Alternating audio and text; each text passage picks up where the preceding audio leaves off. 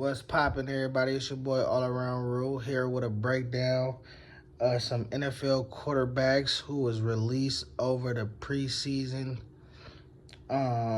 These guys are available to be signed to the United Football League. We got a couple that was drafted a year ago.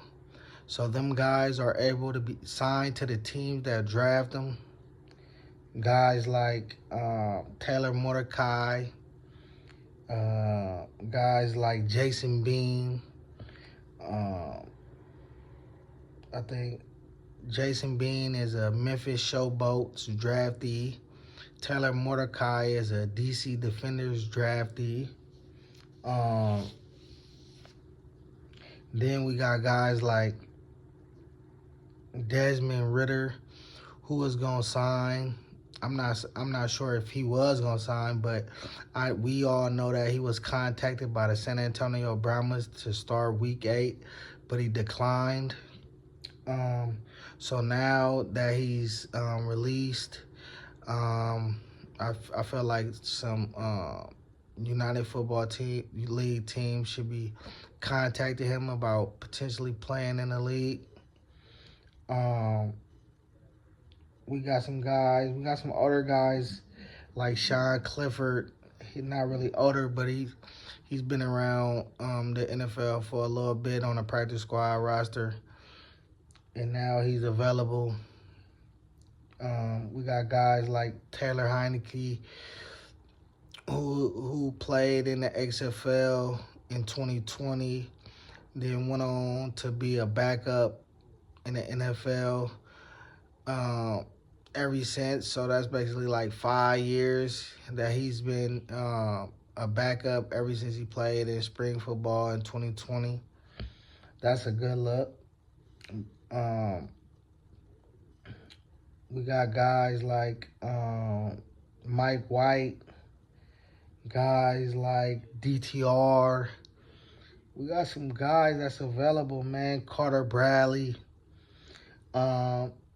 Now, Carter Bradley and Tanner Mordecai, them guys played for my team, the San Francisco 49ers, during the preseason, and I really didn't like what I seen. Now, that's not saying that they can't come to the UFL and, put on some different tape and, do good. I mean, it's a possibility that they come to the UFL and shine. But what I seen in the preseason, and to me, the preseason, once they take out the 1s and 2s and plays the 3s and 4s, it's the same talent as the UFL and the CFL.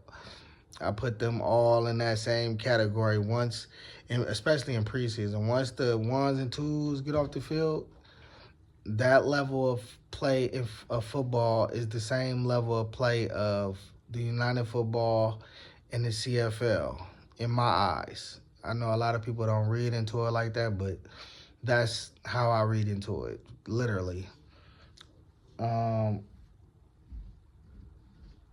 There's a few guys that played in the preseason that I liked and I know that probably would dominate.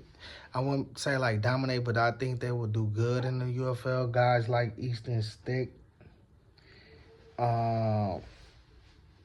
He was one of the guys that I liked, Tommy DeVito. But these guys are signed to practice squad rosters. So, them guys are probably not going to be available to be signed to the UFL this year. But just like the undrafted rookie class, the quarterback class this year, there's quite a bit of guys that was released from the practice squad rosters this year. So the UFL has, like I said with my earlier video, the UFL has a plethora of quarterbacks that's available to them this year, and it's up to them to benefit. And that's one position that really need to elevate this year. Quarterback play was not good at all, and it was only 3 good quarterbacks in the UFL to me this year, and that was Luis Perez, Bryce Perkins, and Jordan Ta'amu. Majority of the rest of the guys that play quarterback, they just wasn't that good.